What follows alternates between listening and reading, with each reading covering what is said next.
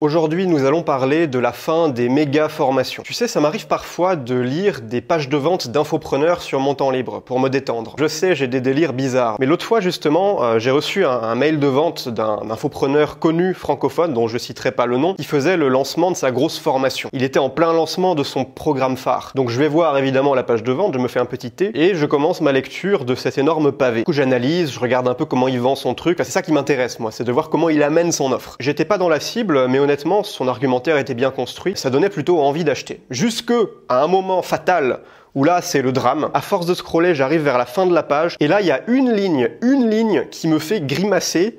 Accès illimité à plus de 50 heures de formation. 50 heures. Là, en lisant ça, j'ai failli cracher ma gorgée de thé sur l'écran. Bon, évidemment, ça c'est faux, je sais garder mon calme, mais ça m'a quand même fait réfléchir à quelque chose. Je me suis posé la question, franchement, quel humain, normalement constitué, a envie de se taper 50 heures de vidéo? Alors je veux bien entendre que tu apprécies le gourou, que tu veux te former, etc. Mais 50 heures, qui a 50 heures de temps libre comme ça à investir dans une formation? La plupart du temps, dans ces méga formations de 20, 30, 50 heures, moi j'en ai suivi plusieurs par le passé, mais la plupart du temps, les 2/3 du contenu, tu pourrais les supprimer. Tu pourrais densifier ça, dire exactement la même chose, mais sans obliger ton pauvre élève là à mettre la vidéo en vitesse x2, parce qu'il y a autre chose à faire de son week-end que d'écouter le gourou répéter en boucle les mêmes choses qu'il a déjà dit dans le module précédent, ou alors faire du blabla hors sujet, du racontage de vie absolument pas nécessaire. Et surtout quand on sait que la majorité des clients d'une formation en do-it-yourself, ils vont pas la finir. Ils vont pas regarder jusqu'au bout. Ça, c'est quelque chose d'assez étonnant. On peut se dire, mais attends, ils ont payé, donc ils vont tout regarder. Mais la plupart du temps, soit ils procrastinent, ils se disent, bah tiens, j'ai acheté la formation, je la garde dans un coin et j'y reviendrai quand j'aurai le temps ou quand ce sera plus ma priorité. Ou alors, ils regardent les premières vidéos, les premiers modules, ils prennent des notes et puis au bout d'un moment, ils ont la flemme, ils arrêtent parce que justement, la formation dure 50 putains d'heures. Qui a envie d'écouter du blabla théorique? Souvent, ça manque de pédagogie, c'est mou, c'est lent. On considère que l'attention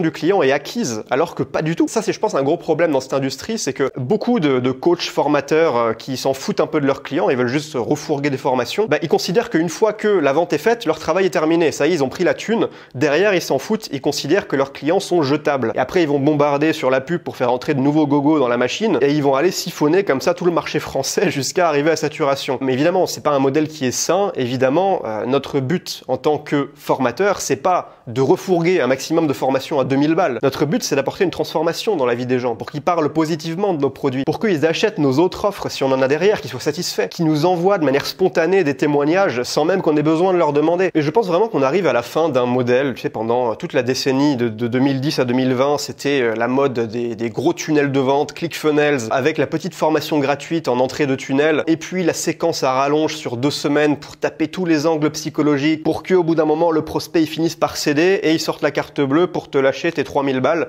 pour ta méga formation justement de 30 heures, créée sans avoir en tête le fait de respecter le temps de ton client. Parce que oui, les clients sont occupés, ils sont comme toi et moi, enfin, c'est des gens comme nous qui ont des priorités dans leur vie. Ils n'ont pas 10 heures disponibles le week-end prochain là pour regarder des vidéos. Surtout si en plus ils doivent mettre sur pause, prendre des notes en même temps. Je pense qu'aujourd'hui, il faut vraiment rendre service aux clients en considérant que leur attention n'est pas acquise même s'ils ont payé. Et c'est notre responsabilité en tant que formateur de densifier nos produits, nos programmes. Il faut aussi se rappeler pourquoi les gens achètent. Les gens n'achètent pas tes formations au kilo. Ils vont pas acheter ta formation parce qu'elle dure 15 heures. Ils vont l'acheter parce qu'ils y voient un vrai bénéfice et qu'ils croient que ça peut changer leur vie. Après que ça dure 1 heure ou que ça dure 15 heures, j'ai envie de dire, si les deux amènent le même résultat, mieux vaut faire 1 heure. Mieux vaut apporter le résultat avec le moins de friction possible. Du coup, tu comprends pourquoi quand je lis une page de vente et que je vois 35 heures de formation plus les 7 bonus exclusifs, moi, je vois plus ça comme un aveu de faiblesse que comme un argument marketing. J'ai pas l'impression que t'as des gens qui se disent « Oh, 35 heures de vidéo, vas-y, je suis chaud, let's go ». Ça, c'est une erreur fondamentale que beaucoup d'entrepreneurs web commettent, c'est de penser que tu vends ton produit.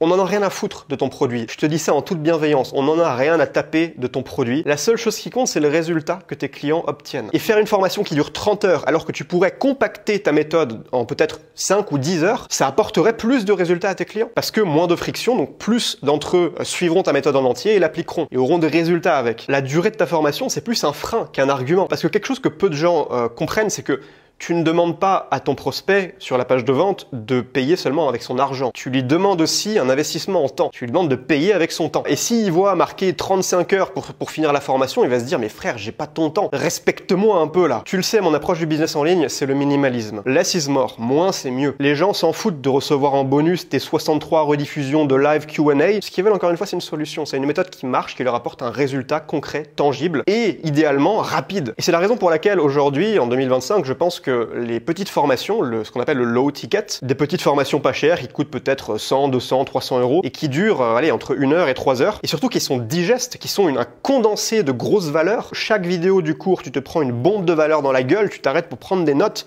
parce que tout est condensé. Ça, c'est l'avenir. Ça, aujourd'hui, c'est respecter les clients. Personnellement, c'est ce que je fais. Mes formations, c'est pas des formations super longues. Alors, j'en ai quelques-unes qui sont très longues, que j'ai faites il y a déjà plusieurs années. Mais sinon, Focus Book, cerveau numérique, la niche personnelle, habitude explosive et plein d'autres formations que j'ai pu faire, c'est des petites formations très denses que tu peux suivre en une après-midi. Pour moi, c'est ça le critère, c'est que je veux que mon client puisse suivre la formation, peut-être il bloque un samedi après-midi et il peut tout regarder de A à Z en prenant des notes et avoir son plan d'action. Je veux pas qu'il soit obligé de se faire un planning sur 12 semaines là pour enfin peut-être un jour espérer arriver au bout de ce monstre de contenu. Il y a cela dit une autre possibilité qui marche très bien et qui je pense a de beaux jours devant elle, c'est le high ticket, donc des programmes chers mais qui sont pas juste un tas de 50 heures de vidéos qu'on te balance dans ta gueule et tu te démerdes. Là tu payes cher, plusieurs milliers d'euros typiquement, ce qu'on considère comme étant le high ticket, mais tu as un accès personnel au créateur. Et ça change tout. Et tu peux effectivement avoir du contenu, même peut-être des dizaines d'heures de vidéos si c'est nécessaire, mais tu as le créateur, le gourou, le coach qui est derrière toi pour t'aider à aller jusqu'au bout. Donc tu n'es pas livré à toi-même et au final tu te retrouves comme un con à avoir payé 2997 euros pour que ta vie en soit exactement au même point qu'avant que tu sortes la carte. Pour moi, il y a vraiment ces deux possibilités aujourd'hui, soit des petites formations très denses, pas trop chères, où il n'y a pas d'accompagnement, mais où en tant que formateur, tu facilites au maximum l'implémentation du plan d'action en densifiant le contenu et en ayant des étapes très claires, peut-être même faire un petit peu de montage par-dessus, couper les moments où tu divagues pour que ce soit une bombe de valeur. Ça, je pense que ça va continuer de cartonner, surtout quand tu inventes tes propres méthodes. Par exemple, moi, je fais pas une formation sur comment être plus productif. Ça, c'est nul. Ça, c'est fait et refait. T'as des tonnes de vidéos gratos là-dessus sur YouTube. Il n'y a pas de mécanisme unique. Alors que la méthode Focus Book,